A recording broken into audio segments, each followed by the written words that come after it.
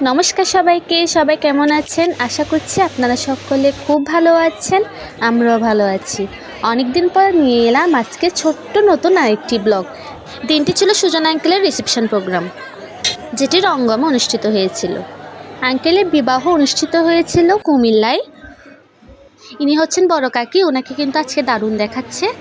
দেখুন, ছোট কাকিকেও দারুণ লাগছে, মানে আজকে যার রিসেপশন প্রোগ্রাম উনি হচ্ছেন ছোট কাকি।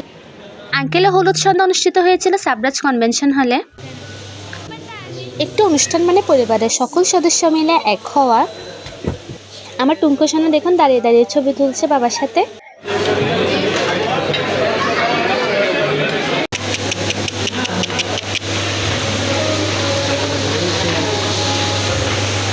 মাঝখানের জন হচ্ছেন পিঙ্কি আন্টি।